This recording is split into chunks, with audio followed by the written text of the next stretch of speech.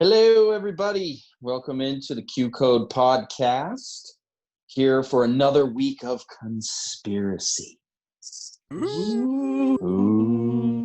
So I figured for my week of the conspiracy, I really wanted to see if I could use this conspiracy of a computer that has horrible graphics, terrible processor speed, and does not allow me to use the background. Yeah, Danny wanted to wait until the week that he talks the most to use a crummy computer. I like cruppy better. A crummy and crappy computer together is a cruppy But at least computer. I It's got have a very British vibe. It's a cruppy computer. at least I do have this headset. Yeah, it's a You pretty do dope have the headset. What'd you say, Al? At least he's using his full screen. Yes. Yeah, that's a sick burn. Ooh. I don't really snap. understand. It's like Trav has the bars on his. He's got the bars. He's got like standard. It's depth. because I'm on the phone. Yeah. But you know Phone what? was nice, but listening back, I sound super echoey all the time. Maybe it's partially because of the room, so I'm hoping this headset will help with that. And two, I cut out a lot, I noticed. Do you guys notice that at all? Do you know why? It's because you're always talking over other people. So Well, if I'm talking over, then you guys should hear me. But apparently I was talking under other people.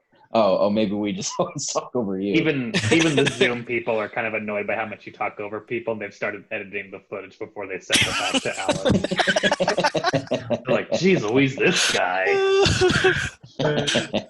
Yeah. So anyway, well, yes, we are on our week 4 of conspiracies, which this week is Danielson's conspiracy, which we'll get to in just a moment.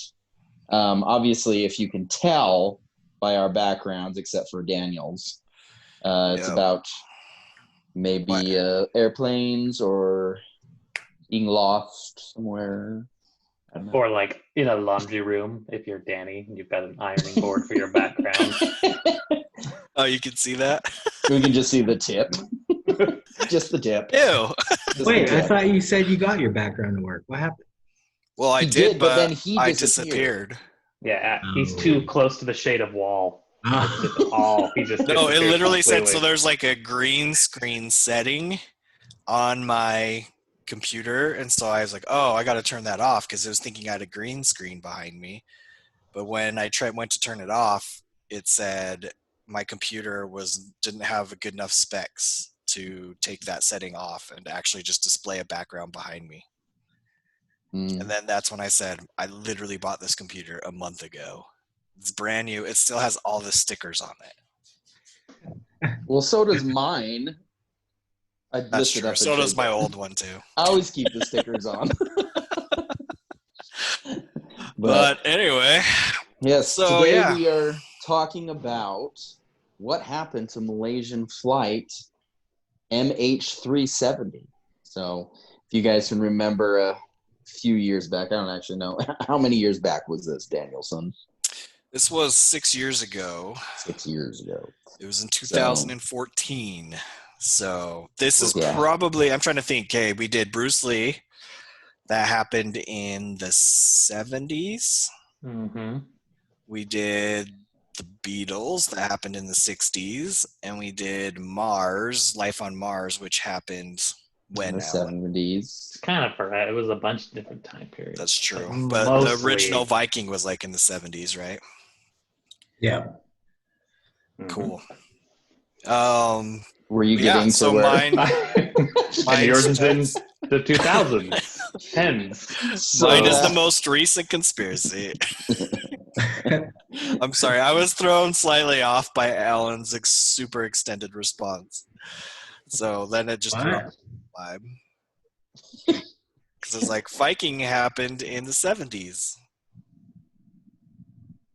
Yeah. He had to think about it. He needed a minute. He did. I was He distracted by figured some out. other stuff, so I just heard Viking 70s, and I was like, "Yep."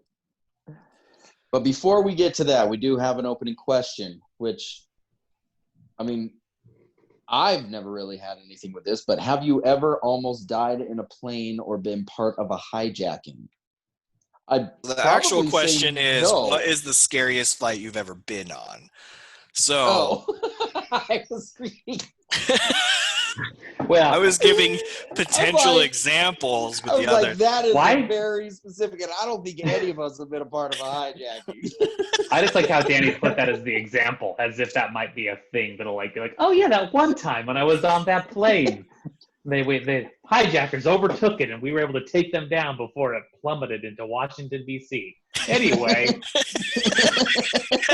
I totally forgotten about that experience. Thanks for setting that example to put me back on the path.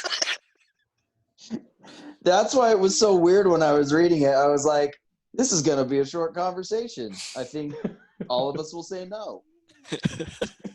But then Trav was like, I've got some stories. It's like I've been in several hijackings. I've been the hijacker. I've been the hijackee. So how about you though, Trav? Cole, what's your story? What's your The scariest moment? flight, like, I don't know if I have a specific one. Mostly just because, like, anything that, I don't know. I mostly just get scared, or at least a little nervous or tense when the plane lands, because like takeoffs are usually pretty smooth. Even when you're in the air and there's turbulence, it's not horrible. But when you're going in for that landing, sometimes they don't do it very smoothly, and you're just like, and it's, I don't know. It's just the anticipation of it, but yeah, I don't. There really is a have one. weird, not physical, sightline dynamic, I guess. Sometimes when you are coming down and you're looking out the window and you keep feeling like we should be landed, right? Because we feel like we're, and then you hit. Like, I don't know if you guys get that. Yes, I agree. But that's all I have. Like, I don't really have anything. I was on a flight once where we had to do an emergency landing because somebody like had passed out on the plane. But Ooh, that's spooky. that wasn't scary. I was just I felt bad for the person. I was almost kind of annoyed because I'm like, oh man, like it takes so long to land and to like take off again. Yeah, Where'd where do you you guys have to land? land? I don't remember. I mean, it was like at an airport. What, But, like- It wasn't like in a I imagine. But was this like at a different airport? yeah, Or like the same so like airport? no, so we had taken off and we had been in the air for maybe like an hour, and we had to do an emergency landing at some other airport because the person was ill and had passed out, and they had woken up by the time we landed, but just protocol meant that they had to, be removed from the plane. be removed from the plane. But yeah, like I said, I felt bad for the person. I'm glad that they were all right. Like once they got off and everything, but I'm still like, it's like, man, this sucks. Now we got to do all the checks again and wait and line and all that stuff. Wait, you want to get off the plane? No, but the plane just has to go like the through. check. I see. I mean, the think line like, to get back in the air. Okay. yeah, because like Yeah, you just basically can't when take they're off. ready to land, when they get ready to descend, that's like a half hour of them descending. And then it kind of the same thing. It's like 20 minutes like from takeoff to when they're like, okay, you can move about the cabin. So like that's just like almost Well, they like have this hour thing plus called the touch and go. time. Do you guys know what that is? Yep. No.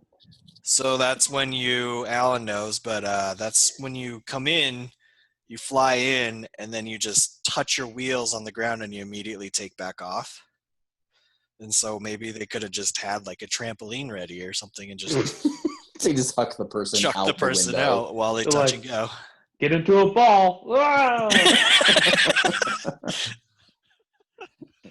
Yeah, We don't know why he that's my passed out. experience. So I don't really have much. But you're not doing a touch and go just for the hell of it. You're doing a touch and go because you're like trying to land, but you get crosswinds, you're not level, and so then you like just turn up your thrusters again and Yeah, but it's part then of come like back getting around for another go. part of getting your pilot's license is doing touch and goes. Alan, do you have any stories? I've never like almost crashed or anything or died in a plane crash, but Hence, you're still here. I did, yeah, I did get He's dead. I did get stuck in Atlanta one Christmas because I was on a buddy pass coming back from Japan and could not get on a flight with a buddy pass. So stayed the night in Atlanta, and then the next day still couldn't get on a flight. So I just bought the cheapest ticket possible to get back to Salt Lake City, and it was the Frontier Airlines, which is like every airplane is animal themed to a certain animal. And when I got on, there's like a big walrus on the side, painted on the side of it. And then the pilot comes over, he's like, "Welcome aboard, Wally the Walrus. Thank you for flying Frontier." And I was like, "Walruses don't fly. This isn't good. We're gonna die. I've never heard of this airline before." But You've had a cushy life. By Alan's theory, that airline is severely limited with the animals it can use, because there's like only bird-based animals at this point, And bats, I guess. and bats, and those Flying fish that kind of squirrels. fly yeah, out I'd of- take yeah. a flying squirrel. Flying squirrels Humans. don't fly; they glide. They glide, but at least Better it's than a kind of. walrus. Alan would call that. He'd be like, "They don't fly; they just glide. You gotta shut those engines off and just glide in." So, Trav Midell, what do you have? Okay, so I've got a fairly scary story for you. Okay, so I was flying to New York, and I got on the plane, and it was like, we got up in the air, and it was kind of stormy out, so it was like it was already like a little nerve-wracking, you know, there's like, the plane was kind of shaking a little bit, and I was like feeling like, I'm not like a nervous flyer, I fly pretty well, but like this was kind of making me nervous because we kept kind of bumping up and down and everything, and I was seated in the window seat, and I lifted the shade, and there was this animal on there just ripping into the wing. And I was like, oh my gosh, I better call the stewardess and tell her, because this was the 70s. And so I like called the stewardess. That's what I was going to say. I don't think you can call them that anymore. Like, then I looked in the mirror. And when she got there was nothing on the wing. Like, and I like tried to tell her, I was like, there was this animal on the wing. There's something on the wing. And she just wasn't believing me. Okay. Isn't this well, like a Twilight Zone It is a episode? Twilight Zone episode. Oh, it is Twilight He Zone? looked in the It mirror is. and he was either Will Shatner or John Lithgow. There's something on the wing. There's something on the wing. Yeah, no. I don't actually have a scary story from flying.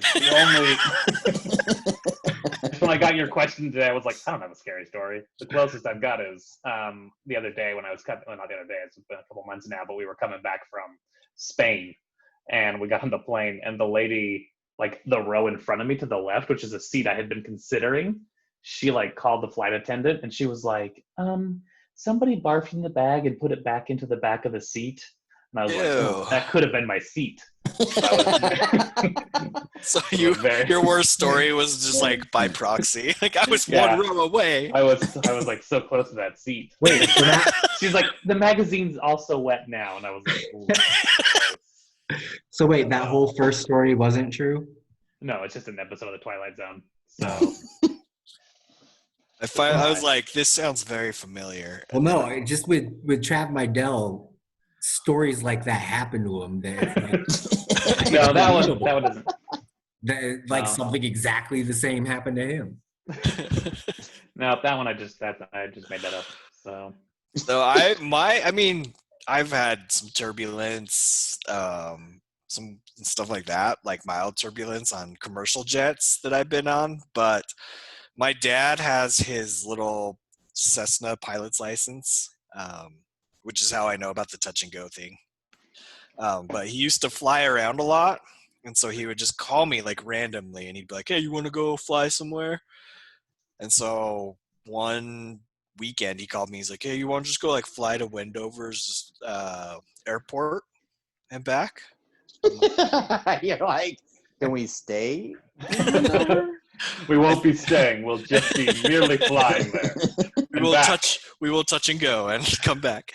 I think we did end up eating lunch or something there, but we're flying there. You don't remember getting out of the airplane, leaving the airport, and eating lunch somewhere?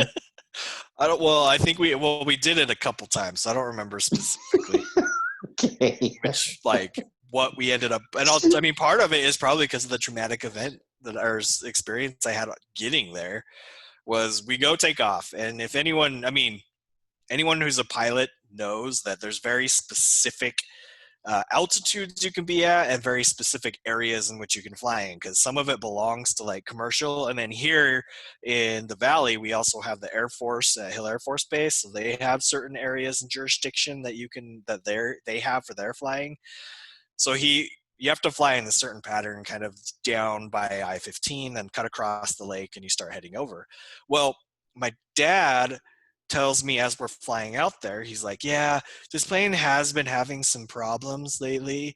Like, for some reason, like, it won't switch over because it's a twin turbine, whatever you would call it, like propeller thing. And so there's gas that is supposed to go on each side. Well, for some reason, it'll only use the gas from one side at times and not the other side. And so we're just flying out there, and we're climbing up so we can go over the Ochre Mountains. And when we get, a couple minutes away from flying over the Ochre Mountains, we're still not quite at altitude that we need to clear the mountains. The engines just shut off. And so now it's like this eerie, awkward, just silence, just this like creaking of the metal of the plane. And you're just like, and you're just like the Titanic going down. Yeah. But it was an airplane. Thanks for the clarification. I got confused immediately. I thought it was in a It plane. wasn't the Titanic? I thought it was the Titanic this whole time. And so I just remember, like, internally, I'm like, this is not good. But I'm like, I don't necessarily want to panic either. And I'm like looking at my dad, trying to see like gauge how he's acting and stuff. In that moment, he doesn't want to offend his father. I'd hate to make him upset by. So, Dad, I don't mean to be a bother at this particular moment, but do you know what the fuck you're doing?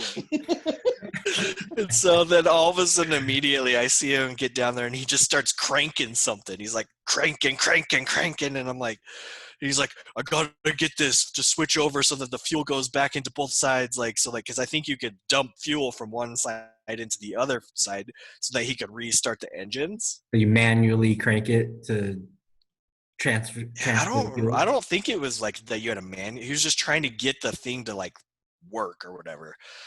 So we're just sitting there, like literally just gliding like in the air, and I'm like, we're getting closer and closer to. I'm like literally looking like, is there anywhere we can just emergency land if we have to? And then finally, all of a sudden, he gets the gas over to the other side, and then you can hear him like, and then the propellers start up again, and then he's like, pull up, and so we flew up, and we barely cleared the mountain, and then we went to Wendover. He was screaming, pull up? Were you driving?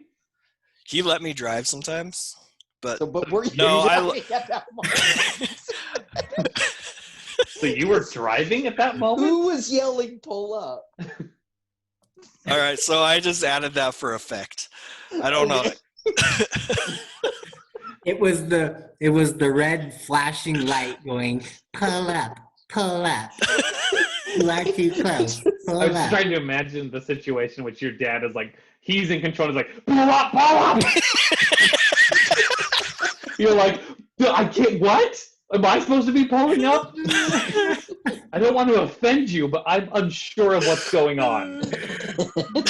Well, because if you guys have ever been in a Cessna, no, I have never been. I never will be for those specific reasons. There's controls on both sides. Like, you can fly from the passenger seat or from the driver's seat. Oh, I know. I'm just wondering if you were actually flying. Because here's the thing. If you were in control of that aircraft and the engine shut off, you should have been asking what was going on and not politely continuing to coast. No, I don't think I was flying at that particular time, but other times I had. There was one time that I was flying back from, was it Vegas? I think we flew all the way to Vegas once, but fell Did asleep. you have to stop and refuel? Can you get that Yeah, far? we had to stop. But I like back then was when my sleep apnea was really bad. And so I would just literally fall asleep anywhere, anytime. And so I was flying the plane. And then I guess my dad didn't realize I fell asleep until we were just like, and he's like, Danny! And I'm like, what? I would never let you fly a plane again. That would be the one time you get to pull that stunt. I don't even know if I'd invite you after that. I'd be like, you are in an airplane, a tiny metal box flying through the air, and you can't keep awake? Too much for you? All tuckered out from your Vegas trip? No, sir, you'd be dead. I'd say you guys are over 2, okay? I mean, he flies, you almost crash. You fly, you almost crash. I just wouldn't get in the plane anymore. Yeah, I don't even know why you guys are bothering at this stage. Yeah, but anyway, those are probably the scariest moments I've had. Yeah, I'd Pretty say. good, yeah. But you know what? Danny, You know what Danny was wakes scary? up. Danny wakes up and he's just like, pull up. Pull up! See, that's the time that he probably should have shot a pull up because you guys are probably like, meh.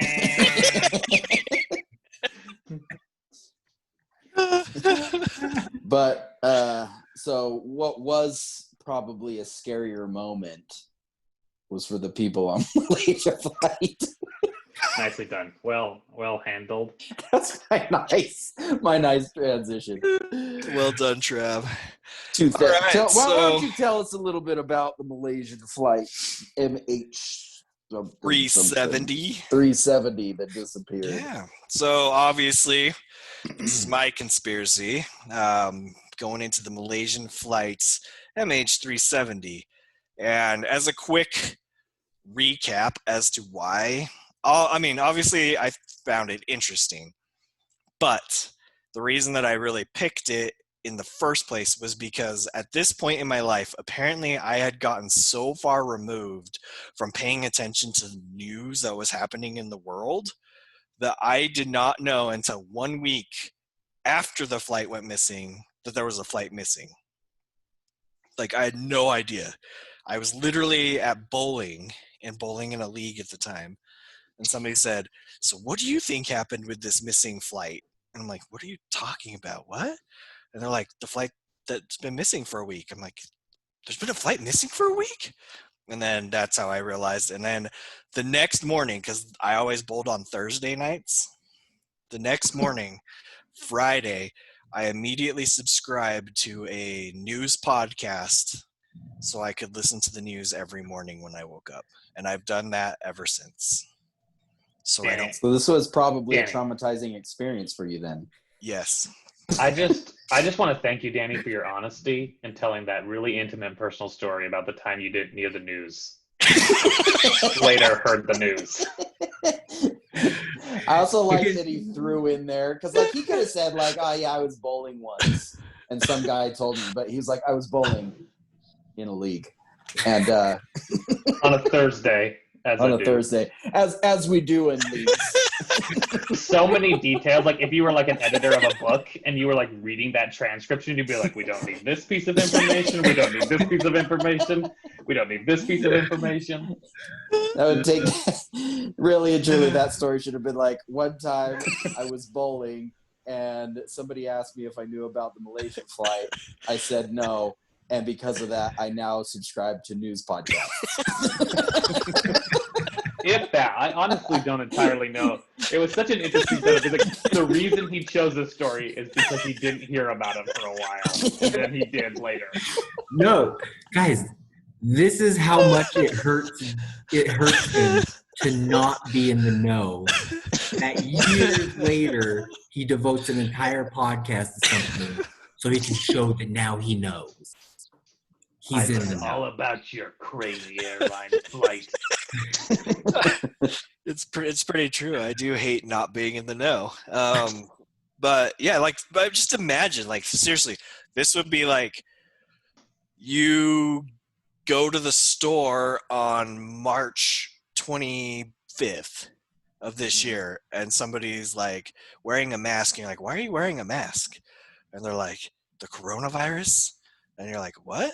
What virus?" I don't think that is That at is all not a fair even comparison. close. That's the pretty much coronavirus how has it was. literally crippled our economy and affected everybody in the world. Malaysia flight, yes, it was a big deal, but it wasn't like you had to stay indoors or work from home because of it. So, or even wear a mask in public. There was nothing like that. It's like a very, very unfair comparison. No, if you think about it though, like if you didn't know, say you were just like a hermit that lived indoors, never came outside, never turned on the news, and then you decided to come outside a few weeks later, it would kind of be like, you'd be like, is this a zombie apocalypse for real? Because this is how the movies it would be start. weird. The movies, this is how they start. So It is. 28 days later. It is weird. 28 days later, yeah. You came out 28 days later. And then, yeah, you couldn't even go and loot the grocery stores for toilet paper. That's Yeah, true. but you could loot them for other things. Which we never got to that point, and so I was a little disappointed, but I was going to get some free stuff. Of rioting. Yep. I was like, oh, we were so close. We were within a day or two of rioting. I things got started better. rioting just to see if I could get some other people going. But Come on, let's break this window. Trav's wife is like, hey, what's this brick next to the front door for? just ready to throw at a moment's notice. Trav's just handing bricks out to people who buy grocery stores. That's for when I go window shopping. So, when do you guys think we're going to talk about Malaysia flight? Or do you think it's just, hearing, what's Danny's conspiracy about how he didn't hear about Malaysia flight for a week? All right, and that was my conspiracy. I think somebody was trying to keep it a secret from me because they knew I would find it if I heard about it. Because I'm really good at spotting things. Keeping it secret. Yeah, you guys got to stop making me laugh so much because, I tear up when I laugh. I don't know if that happens to you guys, and I can't read my notes. Okay. All right. So, okay, what I'm going to do is the way that I decided to do this, I'm going to break it down. So first, I'm going to tell you guys what they know actually happened with the Malaysian flight.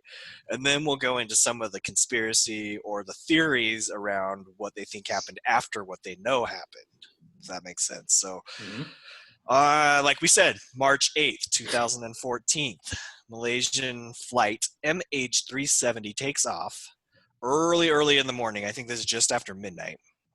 And is headed from Kuala Lumpur, which is in Malaysia. It's the capital city of Malaysia, and is headed towards Beijing, China. That was its final destination. So as they take off, this is to give a little background, the Malaysian Flight MH370 was a Boeing 777. Are you guys familiar with that plane? It's a big plane. Yeah. So Boeing makes several different planes, obviously, but the 777 is the second largest plane they make, right behind the 747. So because of that, this flight had 227 passengers on it and 12 crew members total. Two of those crew members obviously made up the co-pilots and the pilots. The co-pilot's name was Farik Hamid. He was just a 27-year-old trainee. This was his last flight that he was training on, and it's before he became a full-fledged, he could fly his own planes and be a captain. And then the captain of the plane was a 53-year-old named Zaire Ahmed Shah. So he was the veteran. He had been flying for a long time. So that's what you got made up as far as your two pilots on this plane. But they take off. Everything is kind of normal and standard at this point. They get up to about 18,000 feet. Once they get to 18,000 feet, they radio in to air traffic control, and they say, hey, we're at 18,000 feet. They say, great, you have the clear now to move up to 35,000 feet, which is, if for anyone who doesn't know, is kind of your standard, what would you call it, cruising altitude. Exactly, for commercial airliners. So they get that, they cruise up, they go up to 35,000 feet. So at 1:01 a.m., the Captain Shaw radios back to Kuala Lumpur Air Traffic Control and tells them, we're now at 35,000 feet. And they say, okay, thanks for letting us know. And this was a little strange because typically, from my understanding, you don't radio in to tell the air traffic control when you get to an altitude. You only radio in to tell them when you're leaving an altitude. And so they just found it a little bit strange, but it's not strange enough to like really care about it. 7 minutes later at 1:08 a.m., he radios back just to let them know that he's still at 35,000 feet.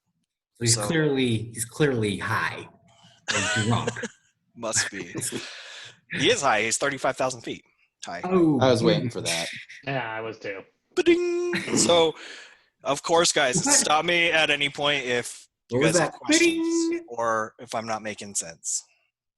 No, I'm just following along the story. I know. Yeah. It's a good story. So, anyway, so 11 minutes after he radios in the second time to let him know, hey, I'm just still at 35,000 feet, Kuala Lumpur Air Traffic Control lets him know, all right, you're now leaving our jurisdiction. You are now going to be transferred over to Ho Chi Minh City and their jurisdiction. So basically, the way that's typical is they radio into the airplane and they say, I have it in my notes here, Malaysian 370, contact Ho Chi Minh 120.9, good night. And what the plane or the pilot should say is, I understand switching frequency to 120.9 Ho Chi Minh City, and then leave the frequency and switch to the other frequency. Well, instead, the pilot just says, good night, Malaysian 370, and then just signs off. So again, all these things are like little things that aren't even that big of a deal, like big enough to really, no one would have ever remembered this if they didn't go back later because of the, because the plane went missing. Wait, so they're just trying to look for any little thing. Trav Midell. Is this the junior pilot or the veteran pilot that's calling this in? The veteran pilot. That was my question. Good questions, you guys. If you have two of you guys have the same question, that means many of you had some similar questions, I'm sure. So the numbers anyway, check out. So they so once they do that, they get into the new thing. So Kuala Lumpur, they're done as far as they're concerned. Their job with this plane is done. They've passed it along to Ho Chi Minh City, and now their air traffic control is supposed to pick it up. Well, 37 seconds after they are officially transferred, they just disappear off the secondary radar. So they never radio in to Ho Chi Minh City. They never let them know they're there or anything like that. But what happens is there's two different types of radar. There's primary. You said how long after? 37 seconds. Oh, okay. So there's two different types of radar. There's primary radar and there's secondary radar. Primary radar is the type of radar that you guys normally see in movies, right? You guys like watch the movies and they have the little things like beep. Yeah, beep. And it's got like the little dots that represent the planes and stuff like that. So that's primary radar. Secondary radar is radar that is actually used by air traffic control because it's got a lot more detail to it. It tells you like what the type of plane is, what its altitude is, like all that type of information. But to get all that information, it is dependent on a transponder that is on the airplane itself that's transmitting that signal. Well, at 37 seconds after they got transferred, that signal just turned off. So suddenly there was no more secondary radar. It just fell off the radar completely. At this point, excuse me, at this point it would have still been visible on the Kuala Lumpur's radar, but they didn't realize that it disappeared because they were already off working on other planes. And then Ho Chi Minh City did see it disappear, and so they just started radioing in and trying to get a hold of the airplane, but they could not get through to anybody on the airplane. But the standard protocol is they're supposed to let the jurisdiction that transferred the plane over to them prior, so in this case Kuala Lumpur, within 5 minutes that, hey, they never checked in, we can't get a hold of them, do you guys know what's going on? Well, for whatever reason, they didn't let them know. They didn't contact Kuala Lumpur for 18 minutes. It's like almost 4 times longer than they should have. So this was 18 minutes of time that they could have been trying to locate it, but they just didn't locate. So it's 18 minutes of the airplane being able to travel and fly.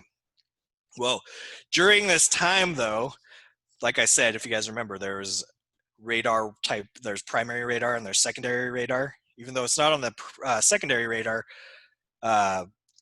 Malaysia's Air Force was able to go back, and they realized they were able to track, like, oh yeah, we can see it on the primary radar. And so they were able to look, and they were able to, Al, if you'll bring it up, the first picture, this might help more. So on the primary radar, they could see where the plane kind of just fell off. So do you guys see where the blue line is? Yes. So for people who aren't watching this, there's like a blue line on here that's showing the actual track that the plane was supposed to be on, headed towards Beijing. Well, if you look at the red line, so right before where the red line is, that's where it fell off the secondary radar, but got picked up by the primary radar, and they could see that the plane made like basically like almost like a U-turn, like almost like a 180 turn, and headed back over Malaysia and out towards the Malacca Strait and then out towards the Indian Ocean. So this second plane on the left, that's where the what'd you say, Air Force or whatever radar picked it up? Well, they picked it up from where the first plane is on the blue line. Oh, and they tracked it all the way back. They could see that it turned around. Okay. So when the secondary radar went off, it was still headed in the right direction. It wasn't until after it got turned off that all of a sudden the plane made a U-turn, if that makes sense. Almost sounds like somebody did it on purpose. Possibly. You never know. That's part of the conspiracy theory. Teasing it. So the Malaysian Air Force was able to track. So if you look at that red line, basically that whole procedure and going back over took just over an hour. And that's how long the Malaysian Air Force was able to track the plane before it fell out of its range. So it could no longer see the plane because it fell out of their radar range. And so typically another issue that happened through this whole thing is once they lost the plane originally, so 18 minutes go by, Ho Chi Minh tells Kuala Lumpur, hey, we lost the plane, what's going on? We need to, and they try to figure it out, and they could never find the plane, get a hold of anybody on the plane. They're supposed to, within an hour or so, contacts, I lost it here. There's a really long name for what they call this. Kuala Lumpur's Aeronautical Rescue Coordination Center. And they're supposed to let them know what's going on so that they can get involved and start trying to figure out, okay, did the plane crash? Is the plane not? Like, what's going on? But they did not contact them for over 4 hours. So there's another gap there that causes problems as far as they took way too much time to move to the next step and looking for it. So, Danny, I have a question. Yes, Trav. How long was this flight supposed to be? So at about the time that they actually told the coordination center that the plane was missing is about when it should have been landing in Beijing. So the full flight should have been about 5 to 6 hours. Okay. So it wasn't until basically it should have been there that they're like, well, All right, so we kind of lost it somewhere over the South China Sea. So then suddenly 7 different countries compile a fleet of 34 ships, 28 airplanes, and they go searching all over like the whole area that the plane should have been flying over in the South China Sea, and are looking for, can they find pieces of the plane? Can they find anything that would represent like what would have happened to the plane or whatever? So they go about doing that. Well, 4 days later, after they've been searching for 4 days, Malaysia's government finally comes out with the news that like, okay, we just want to let you guys know that our Air Force picked up the flight on our primary radar, and we could see that it made a U-turn and turned completely the other way. So they were searching totally in the wrong spot until 4 days later when their prime minister or whatever finally came out and admitted that, yeah, they had this data from their Air Force and that they hadn't told anyone yet. Why would they keep that a secret for 4 days? Like, I don't know. What do you gain from keeping it a secret that it made a U-turn? Because, I mean, Malaysia, I don't know if they are anymore, but at the time they were like a communist country, I think, which it seems like for whatever reason, they just don't like to tell anybody anything in those countries. So I don't know why they kept it a secret, but apparently they did. So that comes out. So now everybody's like, well, now we're looking totally in the wrong spot. And so now they start heading over to the other side and they start looking over there. Go to the next slide.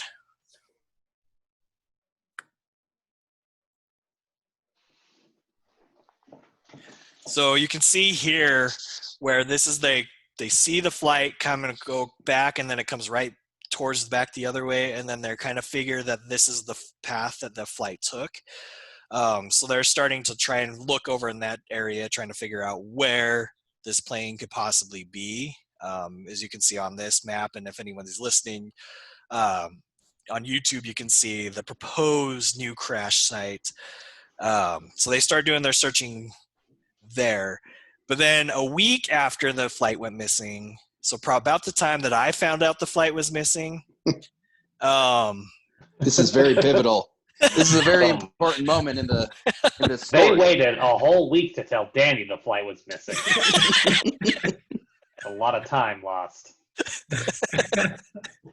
So anyway, a satellite company out of England actually has a geostationary satellite positioned over the Indian Ocean. And its job is to communicate with airplanes on a periodic basis, checking in for various reasons. But if nothing else, it basically is pinging the plane every so often just to say, like, are you still in the air? Are you still flying? And then the plane responds back with yes. So using this data, all they can tell is how far away from the geostationary satellite is the airplane. Oh, okay. So there's just so if you go, yeah. So if you go to the next slide, you can see that there's like these concentric circles going around, just kind of like if you were to throw like a pebble into a pool, right? And so each time it crossed one of those lines, it would say like, oh, they would know like, oh, okay. So we know that it's somewhere X amount of miles away or kilometers away from where the geostationary satellite is hovering above, which is that center target area. But they don't know in which direction. Like, it doesn't tell you. It could be need 3 satellites to triangulate. Yeah, so it only knows that it's 100 miles away. It doesn't know if it's 100 miles away to the south or to the north or what. So they have to, basically all they can do is create these circles. So it's just like, we know at this point it was somewhere on this circle, which obviously could have been a huge area, all the way out till the 7th ping. So it got pinged 7 times. So if you guys see on that picture where the red line is, that's the 7th circle out. So anywhere on that circle originally is where they figure the plane could be, hypothetically, which is like a huge area. You can see it covers like a massive part of the Indian Ocean, Asia, Egypt, Africa, like all the way down to almost as far as like Australia. And so they're like, well, this is the information we need. So luckily they had a bunch of researchers and mathematicians come in. They were able to build some formulas and algorithms and figure out, using the Doppler effect idea, apparently, from science. You guys know what the Doppler effect is? I know it's Yeah. from science, but It's when a car drives by and when the car is coming toward you, it sounds like it's getting higher pitch, and then when it goes past you, it goes lower pitch. It's like, Yeah. Yep. what's So- that from? I just think that Trav's definition was pretty good too. It's from something from science. science. Oh, like you guys know the Doppler effect from science.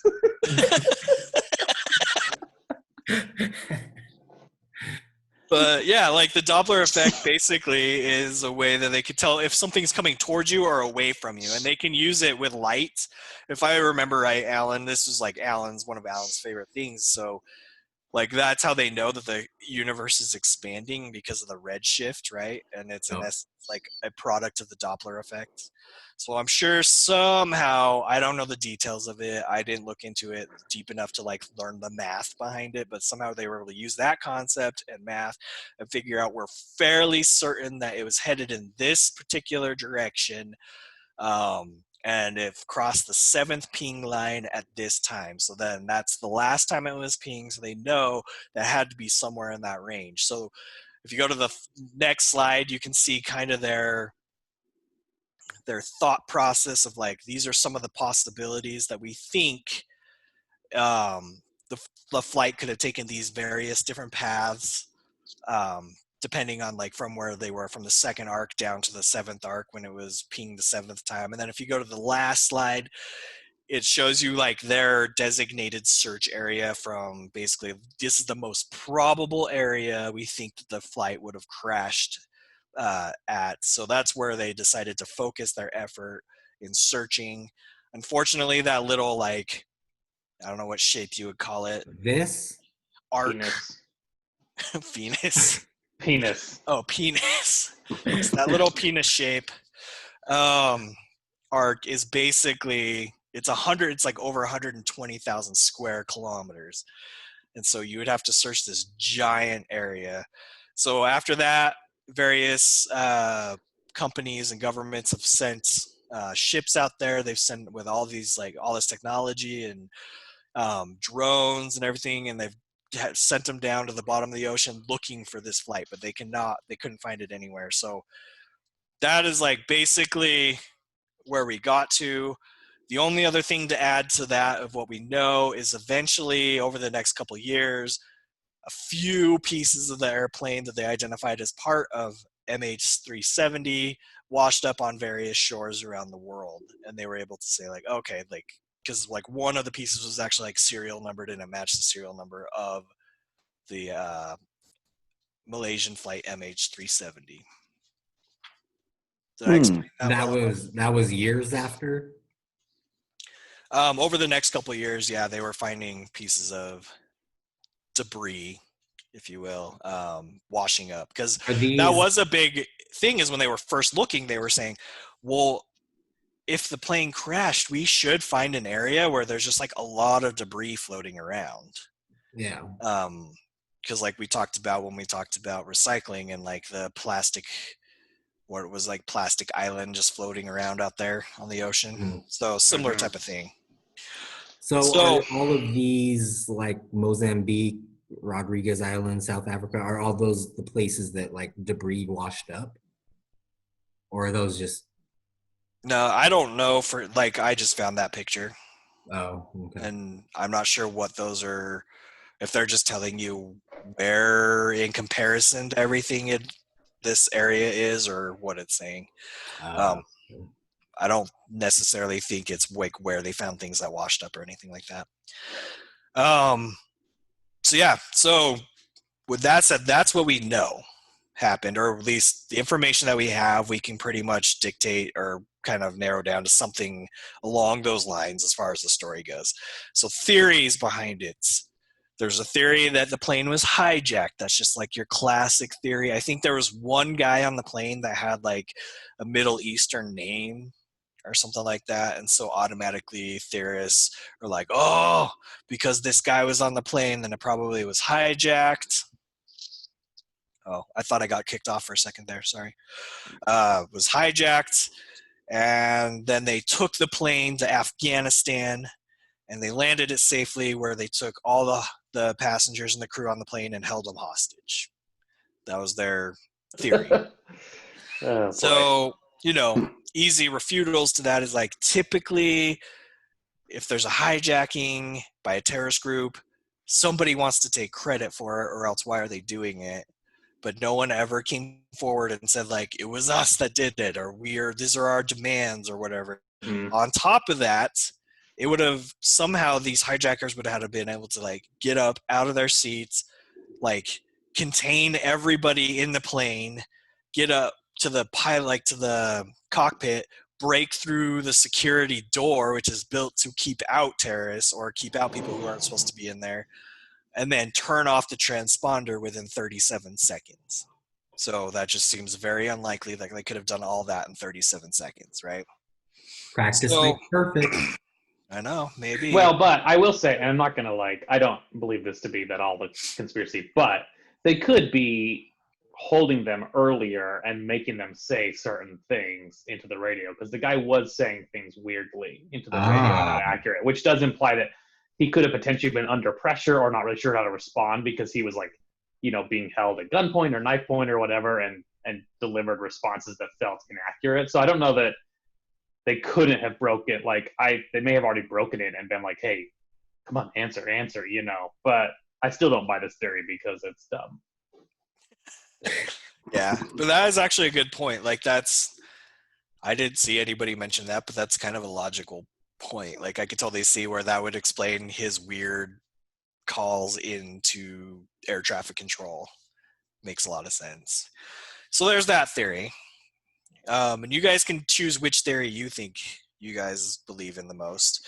But then there's the electronic hijacking. So supposedly there's a theory out there that said that after 9/11 happened, the government told Boeing that they need to install software on all of their planes that would allow somebody with the right access to be able to take over a plane and control it remotely, in the case that a future terrorist attack happened and somebody were to hijack a plane again and try to fly it into a building or something, and they could override that and they could remotely control the plane and prevent that from happening. So if that's the case, then the theory is, well, somebody got access to it and used it to control the plane, then at the same time and fly it to wherever their predestined destination was. At the same time, they would take over the satellite systems and create fake pings or spoofed pings to try and throw people off the scent, and so they'd be completely looking in the wrong direction, right? So that was to what end? Well, again, exactly. You would think that if this was the case, somebody at some point would have come out and said, okay, we have your plane, we have all the hostages, these are our demands or whatever, and no one ever came forward to let you know. So, okay, but I like to play devil's advocate here. Oh, you and Danny well both. done, Danny well done. Devil's This is my advocate. favorite game. Travis, devil's advocate. No, I don't. I feel like the other Trav. Yeah. I was like, no, I just Right, said I just said I play devil's advocate. I don't hate it. I mean, there is a potential though that what if they were just experimenting to see if they could do it before they attempt something larger that might be in a more place where they could actually destroy something. So if you wanted to basically pull off a 9/11 again, you're not going to make your first attempt on the regular plane. So what if it was we need to figure if we can do this and test the system, we're just going to fly it off into a direction, throw some spoof pings and crash it into the ocean just to see if it can be done, and then implement it later as a more official thing. Now, to shoot myself and my own theory is that it's been 6 years and nothing's happened since then, so it seems unlikely that would be the case, but that could potentially be a reason why this plane was utilized but not had nothing done with. I believe what they call that is the long con. No, that's not what it is at all. Long con's when you like become a con artist for like a family or something, and you stay for like 6 months or whatever, and then you scam them out of your money. That would just be like, if anything, I guess maybe like a test con. I don't know. I don't think con's even right. I think it's a. Well, I'm saying the test was done for the long con, and now they're waiting like 25 years. I see what you're saying. So that people completely forget about it. And then Now, They're waiting I think they were 25 gonna years do for it. technology to change. I think they were going to do the actual terrorist attack in April, but nobody's in buildings anymore.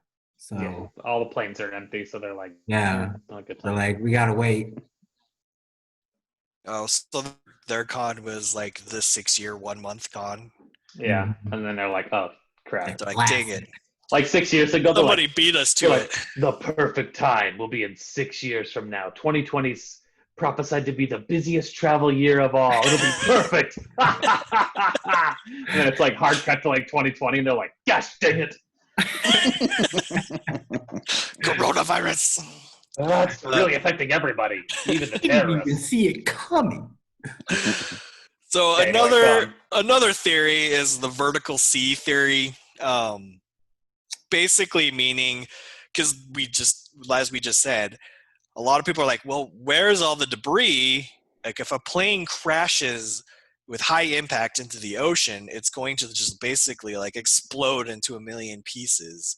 And there should be like all these pieces of debris just floating around out there.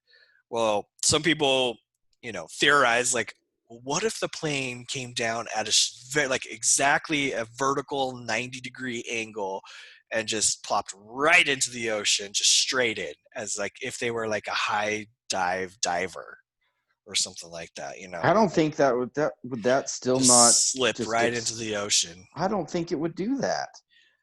I would agree. I still I'd think give it a 10 though if I'd hold up a little sign with a 10 on it, and they did pull it off. it does like a quick little somersault halfway through and Yeah. then down. Yeah. Oh my! Look at the form on that plane as it entered the water. Very graceful. Hardly a splash. That's how that plane behind you ended up in the condition it did. Yep, my airplane plane. Yeah, like so. Definitely, I don't know. the wings would have exploded off, like because if you watch birds that dive into the water after fish, They pull their wings back. pull They their pull their wings wings back. back. Yeah, Yeah. No, I agree. also Like, wings would like shatter on impact. I think that's one of the more dumb theories, and I don't really, but I just added it because it was so dumb. Here's one that, a lot of people bought into. This is the CIA frame job. I don't know why, but I feel like Trav Cole would just like love this theory because don't you like the CIA? I think you're thinking of me. I think you're getting the traps mixed up. Oh, do you like the CIA, Tribe Meadow? Well, my name's not Mado, but yes, I was like, what did he say? It sounded like he said Tremadel. Yes. Do you We're like like- the CIA Trimady? Trimady? That's like my Your my Europe, rapper my, name. or my European name. I was like, hello, I am Trimady. The spaghetti is so delicious. That's what John Travolta would call him. No, I wanted to like join the CIA for like a half a minute when I was like 18. I was like, oh, I'm gonna get into the CIA and do like counterintelligence, and then I just realized how hard of a job that is, and how I just don't have the personality for a CIA job. That I Actually, yeah, so fast. I do kind of remember that phase of your Yeah. life. That's because you kind of encouraged it, because you were like, you should do it, because you were going to get in the Army too, and you were like, come get in the Army. And I told my mom, and my mom was like, don't get in the Army with Danny. And I'm like, well, no, like Danny just says if I get in the Army, that then I can like switch to counterintelligence. And my mom's like, don't do that. And I was like, I think I might. But then I thought better of it, and I did. You were jealous at first, but I then was jealous at first, but then I was like, I'm okay. you got it in. But anyway, the CIA frame job theory is basically that the CIA is actually the one who hijacked the plane.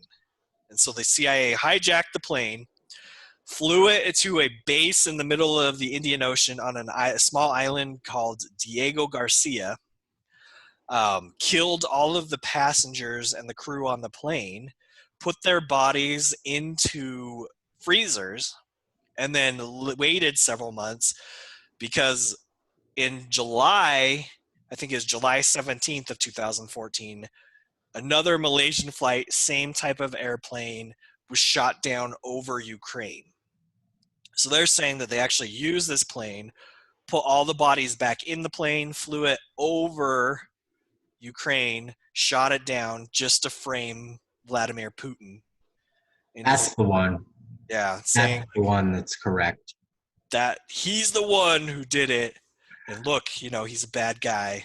And then there was the theorists claim that people who went to go clean up the bodies or to recover the bodies from the plane after it crashed, after it was shot down, were decomposing as if they had already been dead for weeks or months. So that's kind of that theory behind it. So freezing them did nothing. Wait, question. Yes. So first off, wouldn't the serial numbers and stuff on this plane that they've shot down be matching to the lost flight, or did they get rid of the plane and put the bodies into an empty flight? No, my understanding is that they used the same plane, but they went through and they serial numbered and tagged everything to be a new number, because the actual number of the flight that got shot down was MH370 instead of MH370. Wouldn't it have been so much easier to just hijack a flight and fly it over Russia and then shoot it down and then claim it was Putin than to go through so much work to get a plane and then change it and freeze the dead bodies? It just seems like I feel like they could have cut out the middleman on that one a little bit and just been okay, instead of landing the plane on a secret island, freezing the bodies for 6 months, putting them back in, changing all the serial numbers, let's just take the flight we hijacked and just fly it over and shoot that down and blame them on that, since we have to do all the work anyway. That seems more logical. You couldn't just kill all the passengers by shooting them. You would have to do it in a way that doesn't leave. Yeah, you couldn't. You'd have to gas them or something. Yeah. Well, yeah. I don't think that they necessarily thought they shot them. There is theories out there that say that they were already dead when they landed the plane, but I'll kind of explain where that comes in, as there's another theory that kind of goes around that too. Well, before you move on to that, I just want to point out that if this is indeed the scenario that is the truth, that whoever came up with this scenario when they were speaking to the masses, or whoever was a part of this, started the conversation with, "This is a long shot, but I think it'll work." In some boardroom somewhere. Could you imagine? Yeah, the pitch for that. Okay. Stick with me for a minute. Take you out a little. You're gonna wonder where I'm going, but I promise it's gonna come around in the end. Full circle. We're gonna take this one random flight. But yeah, so there's that theory. There's the Asian Bermuda Triangle theory, and the next few theories are a little bit more out there. But this is a theory that's, hey, the area that we think the plane crashed in is actually on the exact opposite side of the Earth as the Bermuda Triangle. They call that the Asian Bermuda Triangle, and hence, because it's completely on the opposite side of the Earth, it would have similar effects in causing airplanes and ships to disappear. So the Bermuda Triangle's antipode. Yes. You would almost think, though, if it was the that planes and boats would just pop out of nowhere, into existence. But apparently that's their theory. To rebuke that theory, apparently the area that the plane supposedly crashed or lost in is not on the other side at all of where the Bermuda Triangle is. So that kind of kills that theory. I think the guy who came up with that theory is the same guy who was in his backyard as a kid and he's I'm gonna dig to China. That's the same kid where they flash 20 years later, he's it landed in the opposite of the Chinese Bermuda Triangle. He's always thinking China's on the other side. He's always just like opposite of the. I'll tell you what happened. We're in the Asian Washington D.C. The Asian Bermuda Triangle. It's like the real. It's like regular Bermuda Triangle, only smaller. It's like an isosceles triangle. And it likes rice. Okay, that's a little bit too. Yeah. Whoa, took it close enough. If you were to dig down through like the United States, wouldn't you just end up in like the middle of the ocean on the other side? Alan, do you know? Yeah. Did you not see the movie The Core? I feel like that was all explained there. What's the movie that Hillary they? Swank? Yeah, I think that's Hillary Swank in Yeah. it. I What's the think my movie? I think my uncle was an extra in that movie. Yeah, he claims he was. I watched the point that he said he was in it, and I do not see him. So I think he's telling Wait, you you didn't tall see him? tales. It's like when they're traveling down into the earth towards the core. Like you see him, he's just like in there mining. Ching, ching, ching. He's like one of the 7 dwarfs. You know, he's a big fan of Disney. He was like, hi ho, home from work we go. You have to like slow it down frame by frame to see it. Another theory is that it was an alien abduction, that some kind of alien ship came down and Of course. just snatched them right out of the air and then took off with them and took them to their home planet or wherever that is. But still Honestly, allowed a few pieces of debris to wash up. That theory though is like more believable than some of these other theories we've had. Like some of them have been so weird and so bizarre. Like the opposite of the Bermuda Triangle, Asian Bermuda Triangle. I'd buy this alien one over that for sure. That's true. I mean, at least it's like simpler. It's like a cleaner theory, huh? Yeah. So here's another one, zombie plane theory. This is the one that kind of goes back to what we were talking about a few minutes ago. But do you guys know what a zombie plane is? I mean, I'm putting the pieces together that it's like a plane full of zombies, but I'm just kind of speculating. It's like that movie Snakes on a Plane, but it's just zombies on a plane. Somebody get these zombies on this mother effing plane. Yep, it's another Samuel L. Jackson joint. But a zombie plane is basically, at times in history, there have been a few times where actually a plane will depressurize for whatever reason. And if a plane is up at 35,000 feet and it depressurizes, it's going to cause hypoxia. Immediate hypoxia, yeah. Yeah, so, I mean, that's why the mask comes down in emergencies on planes, that you have oxygen in there. Apparently, though, the amount of oxygen that you have available to you lasts like 10 to 15 minutes, and then that's it. Like, there's no more oxygen. They say the reason for that is because, well, hopefully within 10 to 15 minutes, you're at a low enough altitude that it's not going to be a problem anymore.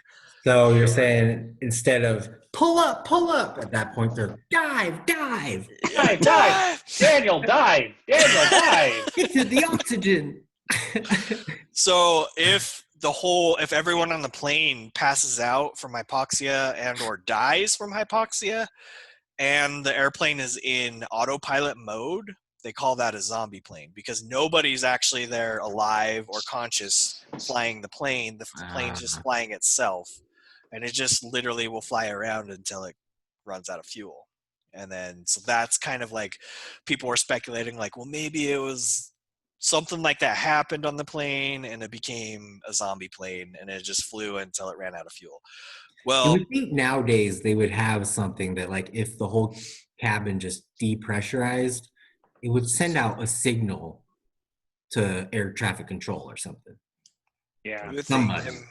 maybe it does now. I don't know, but to the people that rebuke this theory are rebuted because they're like, if it was on autopilot, this thing happened, it wouldn't just bank and do like a 180 and then do all these weird, kind of turns and maneuvers and then fly out like that. So like that just doesn't seem likely, because autopilot wouldn't do that. It seems like for whatever reason, the plane was intentionally being taken where it was taken. So I don't know if anybody knows the answer to this, but when a plane's in autopilot, like can you still do anything with the controls? Do they work at all?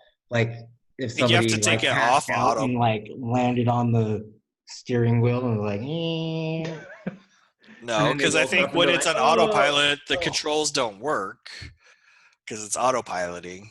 But then when you have to take it off autopilot and put it in manual to actually fly, like control it again. I like Alan's theory. I like the idea that the guy just fell asleep on the steering wheel and it was like just like flying around the country, zigzagging every which way. It's like a Benny Hill. It's like a drunk. Yeah. This one Alan's gonna love, the black hole theory that the tiny black hole just opened up right next to the plane and sucked it right in. Why don't you tell us why that wouldn't really be possible, Al? What? Why don't you tell us why that wouldn't really be a very viable theory? Well, because the only black holes that theoretically can spontaneously pop into existence are microscopic black holes that will literally evaporate within a fraction of a second. And they don't have enough energy or gravitational pull to like just suck a whole airplane in, because they're literally like the mass of an atom or a molecule. Yeah. So let's say hypothetically a spontaneous black hole did occur that was large enough to suck in a 777 Boeing airplane. The problem with that is it would just defy physics and the fact that it would not just suck in just the airplane. So the entire that section of Earth would be gone probably. Yeah, so we can rule that out as a possibility. Finally, and where did you get like was there just like some website called Kindergarten Theories on where this like all these theories are like maybe aliens did it, maybe a black hole opened up and sucked it in. There's like zero thought given to these theories. Like even like 10 seconds worth more of thought. Be like, no, that doesn't make any sense. It's just like it's like as if like a kid just made it up. It's an Asian Bermuda Triangle. Well, like you said, that was a full-grown man who tried to dig to Asia. That was the teacher. He's like, maybe it's a Bermuda Triangle. And the kid's like, that happened near Asia. And he's like, could have been an Asia Bermuda Triangle. That's how that theory was born. Well, and if you just had a black hole pop into existence that's powerful enough to suck in a whole airplane, it would create such a massive amount of heat energy and like gamma ray bursts that it would pretty much light our atmosphere on fire. Well, and there'd be so much gamma ray that you'd get a bunch of Hulks. Yeah, that's true. But also, like all our detectors would immediately detect it. We have gamma ray detectors all around the world because we put them up when we were doing during the Cold War, so we could try and detect nuclear explosions going off, like nuclear tests after the whole like treaty to stop nuclear testing. So, but also, this one couldn't just slip a black hole past us. Trav Mydell, do not interrupt Alan when he's talking about gamma ray detectors. I know he will not stop talking. I feel like we have to wrangle him in, or otherwise it'll be like the Mars podcast will just start over in this one. Hey, wait a minute, you took it over. But this theory doesn't account for the travel either that the plane did. Like, because if the black hole just opened up, it would open up on their route and suck them in. They wouldn't go for a U-turn drive around. Unless the pilot was like, "What's that?" and like flew back to get a closer look. But like, it doesn't account for anything. So. It's like, you guys see that black hole back there by Malaysia? Look at that. Let's go back there. Let's go back and check that out. I know.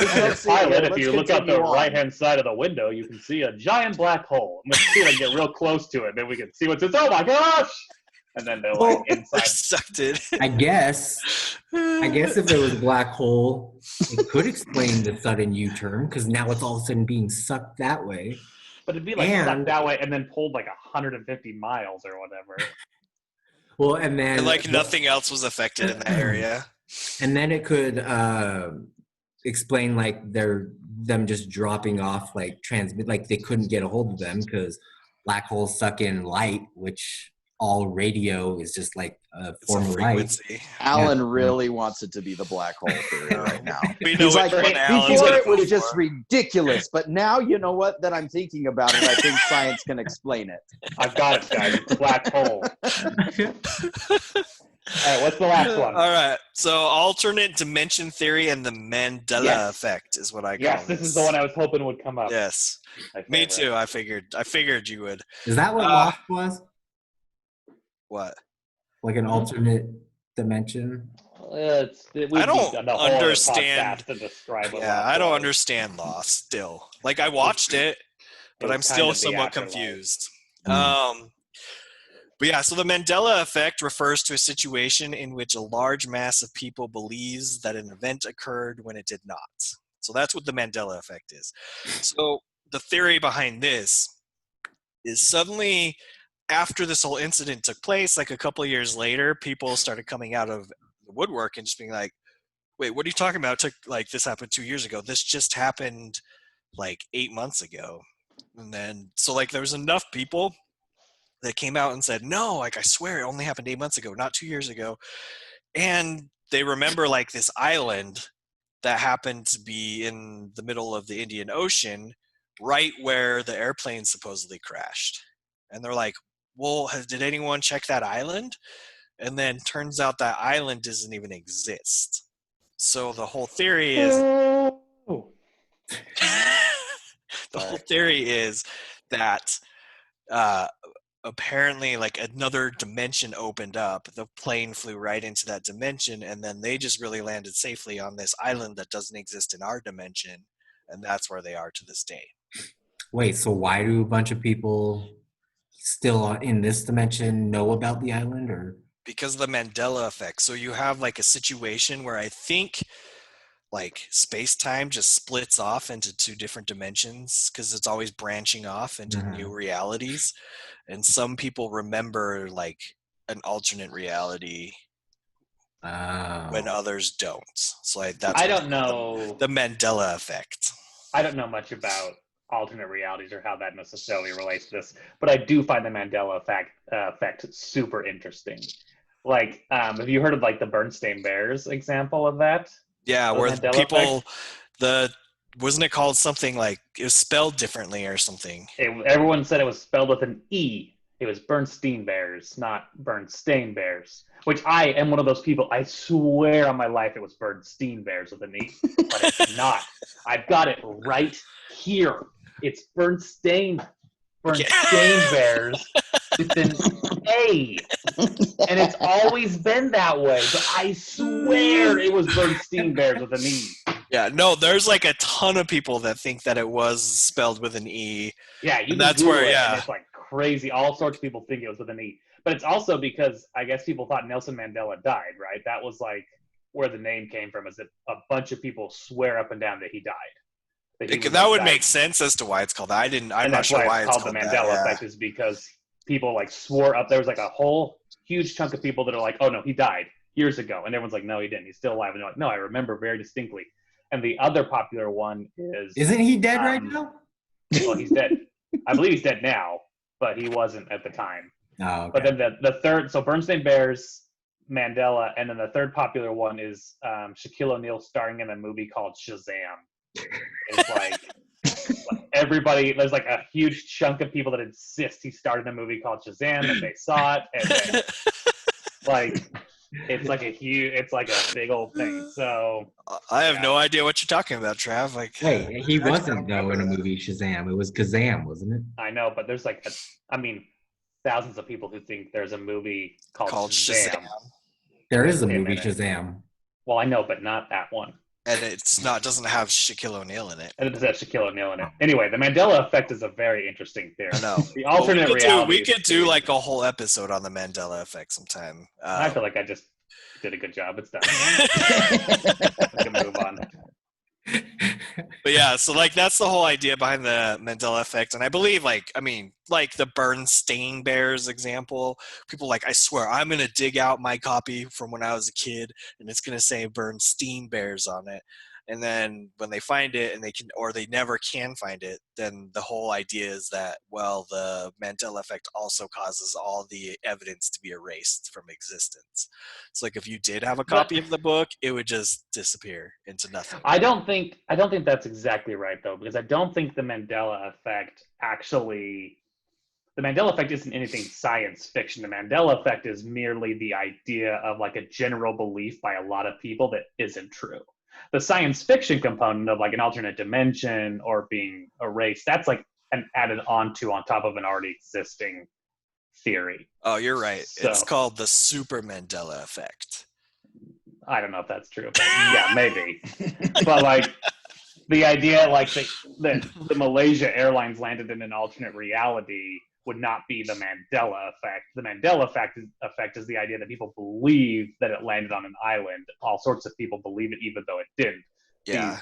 They believe that it happened is the alternate 8 reality. months ago, and that it landed on an island that was there. Hang on. So are you saying that you have your two different separate dimensions, and then somehow they connect for a brief period of time, and like some of the people, when they disconnect, some of the people from this dimension get left in this one, and then those same people from this dimension get transferred to the other one. So now there's that group of people that are really from the other dimension that now think all these things from their original dimension, but they're in a different dimension now. Does that make sense what I just said? Yeah. Something like that. I don't know. I mean, I don't think there's like a real right answer. Have you guys seen The Leftovers? Wait. No, I want to watch The Leftovers. It's That's good. on my list. It kind of reminds me of that. Let me see. So I think there's like, let me use Flash comics to walk through what I think. So Thank Flash you. I was says, about to bring Flash up. Oh, were you? Yes. Flash says that like our universes vibrate at different frequencies, right? So like one's vibrating at this frequency, and one's vibrating at this frequency, and that's what keeps them separate. But occasionally they can sync up to the same frequency, which means that they overlap for a short time and become essentially one. Now in the comics, that usually leads to like something chaotic, like dinosaurs being in the streets or Nazi versions of Nazi America meeting regular America. But maybe in this world, it's not that they just, when they overlapped for that moment, the plane both landed successfully and did not land successfully at the same time. Oh, and then when they separated back out, Schrodinger's cat. Yeah. But when they separated back out, you're left with people who have memories of one event and people who have memories of another event. So over in this alternate reality, there'd be people who'd be like, no, I swear it crashed and we never found it. And they'd be like, you're dumb. It actually landed on an island. And there'd be like a podcast of us four being like, what a dumb theory that these people think it crashed and never got found. So like, I think maybe that's like the idea that just for a short time, this is an overlap of our universes where it both crashed and did not crash. And then therefore people are left with like the memories are like kind of what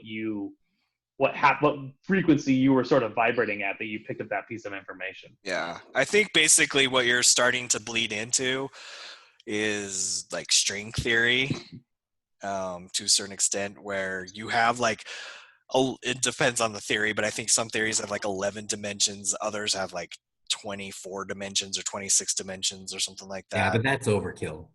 Yeah, but man, if I had a nickel for every time you mentioned string theory, I'd have like $1. That's quite a bit at only 5 cents a minute. So.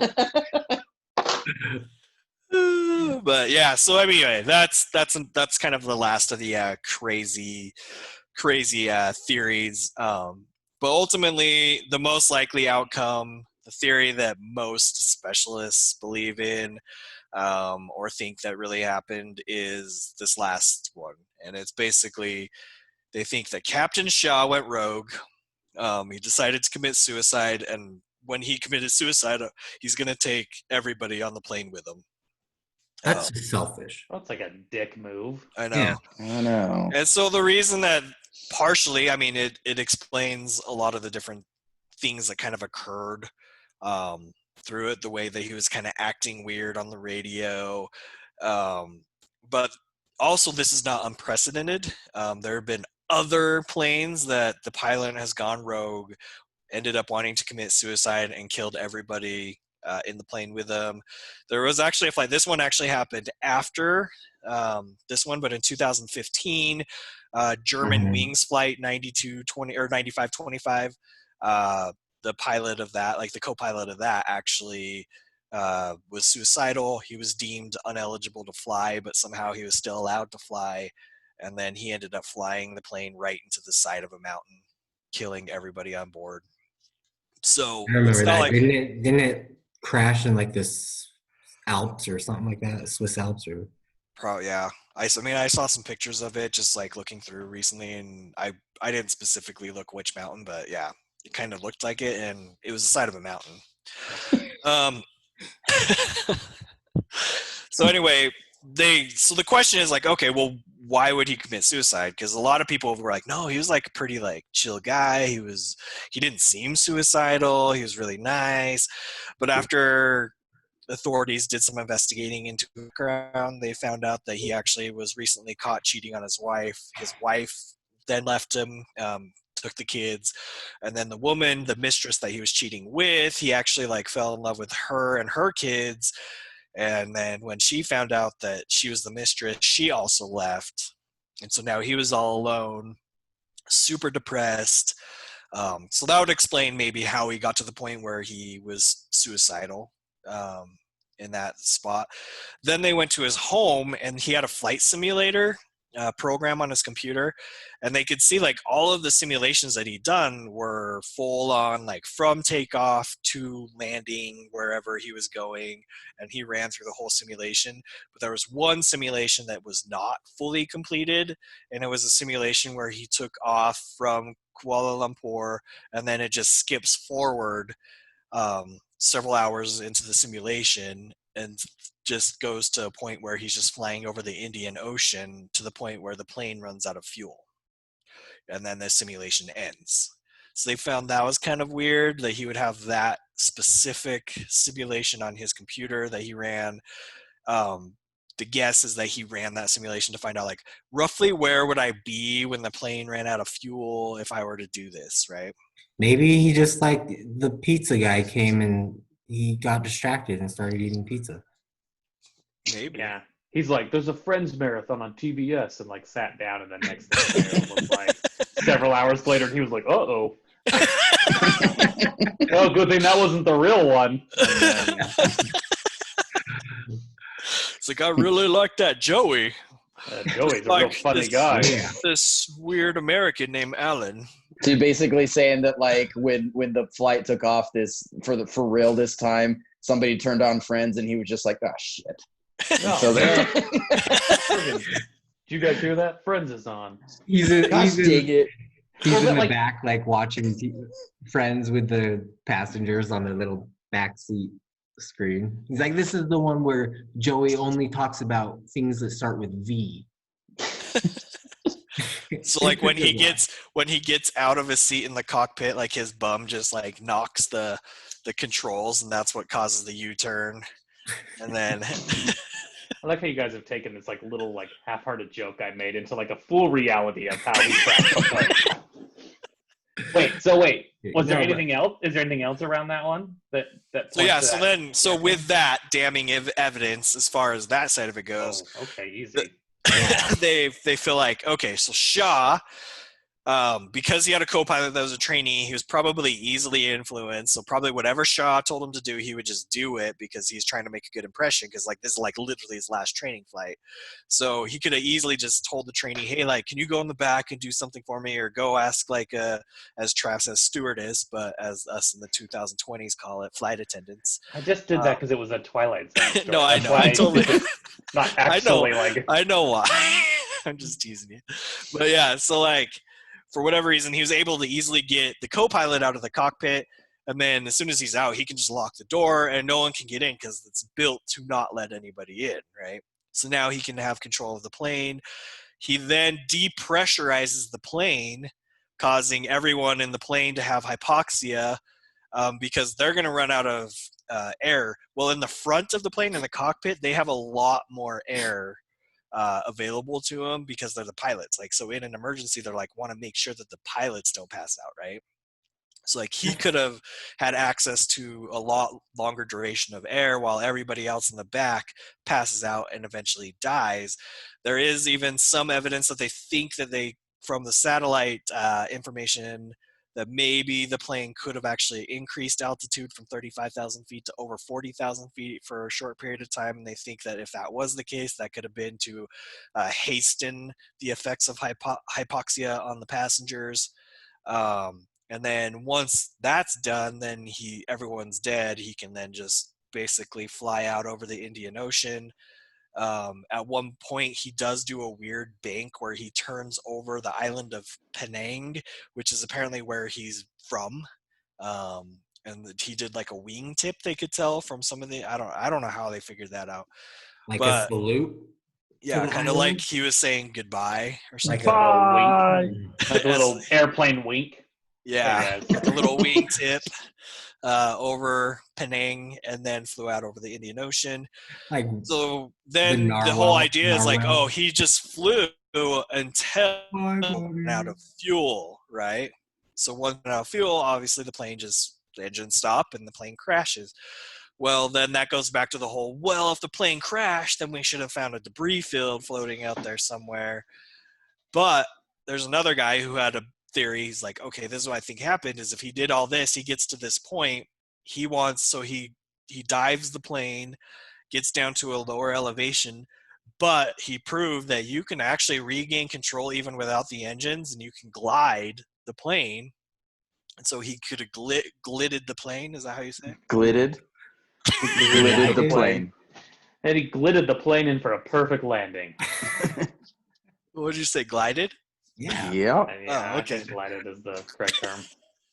He glided the plane until, he basically was forced to do a water landing. And if you do a water landing that way, it would be soft enough that it would like break the plane and harm the plane, but it wouldn't necessarily rip it up into a bunch of pieces. And so that could explain why like there were some pieces that were found washed ashore, but not very many. And then the plane would have basically stayed intact, but just eventually sunk to the bottom of the ocean.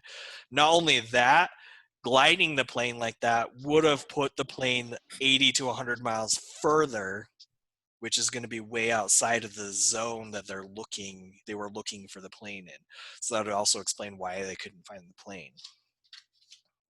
So that is the theory that I think is the most probable personally. The super dark theory, though, you think about it, like it is. It's one thing to like kill yourself. It's not like you're almost like, what's going on in your head when you're like, I'm not going to kill myself, but I'm going to kill 237 other people with me or whatever. Like, that's what's crazy to me is like, that's what causes me to doubt it a little bit is I'm like, does he have tendencies of that in him? You know, like not just depression, but like almost a homicidal depression, you know, because that's just so extreme to be like, oh yeah, my wife left me, I guess I'll kill 230 people. Like maybe if he felt like, so his wife left him, his mistress left him, his mistress's kids or whatever that he loved. So maybe if he felt like humanity in general was just like unkind to him, and yeah, I mean maybe like, but does that mean that he felt bullied all the time? I don't know. Like psychopathic, like yeah. Like I mean, almost super just angry at human beings in general because of that. Like I think typically you, I don't know. I mean, if you're suicidal, my guess is that most people are like personally suicidal, and so they'll find a way to kill themselves, but not others at the same time, right? Yeah, because it's like you would have to have a complete like just an utter. What's the word I'm looking for? Disregard. Disregard or no empathy whatsoever. Well, you guys are forgetting how many mass shootings have we had in the United States where they just killed themselves in the end. No, I know that, but like most of the time with those mass shootings, when you go back and look at the person's stuff, you see that. You see the capacity for that evil in there. But with him, you go back and but it took a little bit of deep diving to even find that he had that suicidal tendency, let alone the tendency to want to take 200 people. Now, I will agree with Danny. It's probably the most probable theory of them all, besides my theory, which I'm going to share right now with my background. Okay. And that was my final question on all of this is, what do you guys think? Like, is there one of those theories you guys buy into? Do you have your own theory? Well, we went through a lot of work to like take over the plane and everything. You would think in the end he wouldn't just like kill himself by drowning. It's like you got a whole plane, use it and crash it. Use it, broski.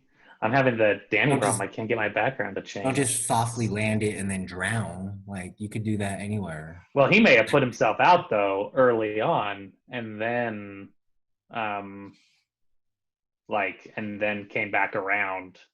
Like, he may have gassed himself and turned on autopilot after he had like pivoted the plane, and then just basically rode it out on auto straight down. Because if you look at that map, it kind of, he does that U-turn, but then it pretty much just goes straight after that. So once he successfully did the U-turn, he might have just epoxifated himself or whatever it is, and then epoxifated, and then turned on autopilot and just cruised down until he ran out of gas.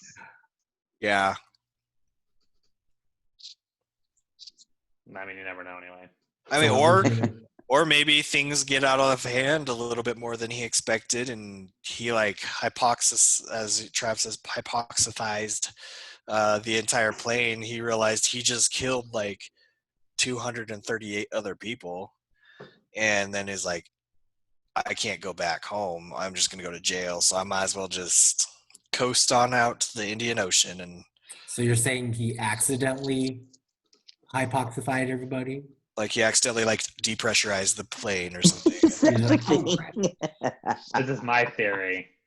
Okay. At some point, you look out the window of that plane, and there's a freaking gremlin on the wing out there, gnawing at the wires, taking them down. So for anybody who's not watching this, Trav just brought up a screenshot of the episode he was talking about on Twilight Zone. I'll duck out of the way. My chair's there. And so you can see him looking out the window at the gremlin on the wing. But that's a pretty freaky looking gremlin. It looks like it's like wearing a Russian hat. It's like got long hair. The hair reminds me of the guy in Ghostbusters 2. Like the little the guy who does the painting. Eagle. Like that guy. There's like that scene where he comes dressed as the old woman, you remember, with the idiot, like the baby carrot, like he flies in. That's that same hairstyle. I'm like pretty sure it's like pretty much lifted. But it also looks like it was like a gorilla suit that they're just like, we used this in a previous movie. We'll just put this on this guy. Oh yeah, that's definitely, those older shows are definitely reusing and sharing props and stuff. So, undoubtedly. All right. I don't know if Trav Cole, did you have any theories? No. Or which one did you think was the most likely? No, it's probably just the dude went nutso, but it just, a lot of it doesn't make sense, but it makes the most sense, I guess. It's stupid, but they still haven't found it. I wonder if they're ever going to find it. Just kidding. This is my theory. You look at my background. So you do believe that they landed on some island somewhere? Well, if you actually watch Lost, then you'll actually know that they didn't land on it. Or that even if they did, the island can't be like seen by normal things. So yeah, they had no like chance of getting off that island. That's short. Let's go with that. Yep, let's do that. So again, we need a whole podcast. We need a whole podcast to like walk through. So in the end, I'm coming around. I'm settling on the black hole. I knew you would. Just kidding. I knew you would. The moment that I wrote that down, I already penciled in Alan next to that one. Did you pencil in 20-minute segment on black holes? Let me see. Nope. 27 minutes. I got it. And I would like to say congratulations to us for making up a new word, hypoxified, and then continuing to use it as if it's real. He may have just Mandela affected some people who were like, I swear that was a real word. I'm pretty sure hypoxificated is a word. We're gonna go somewhere. Weren't you hypoxified? All right. Well, I'm gonna bring us out now. So be sure to let us know what your guys' theory is. I mean, we'd like to know. Do you believe it was the Asian Bermuda Triangle? Or was it something else that was just as dumb? But anyway, let us know. This is the end of our conspiracies. So let us know which conspiracy you like the best.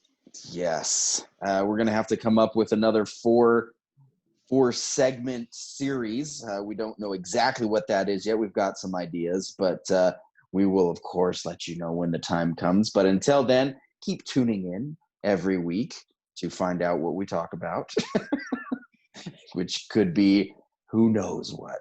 But we also have our bonus episodes, which are, of course, Danny's dreams, which are pretty much kind of like what we just listened to. I mean, who knows what goes on in Danny's dream, and you never know where he ends up. So, but anyway, I'm pretty sure my last dream that I had last night, I was hypoxified, and so look forward to that. Apnea. Look forward to that one in like 6 months. But anyway, catch us on our social media pages. Of course, you really can just Google it or just go on anything and just type in Q code. I don't have to list them all, but yes, Q code podcast. Otherwise, you get that other Q code. Yeah, whoever they are. And if you're one of the colorful two people, Q code. if you're one of the 2 people watching us on YouTube, thank you, Nanu and Nanu. Nanu. So thanks everybody for listening, and catch us next week. Peace.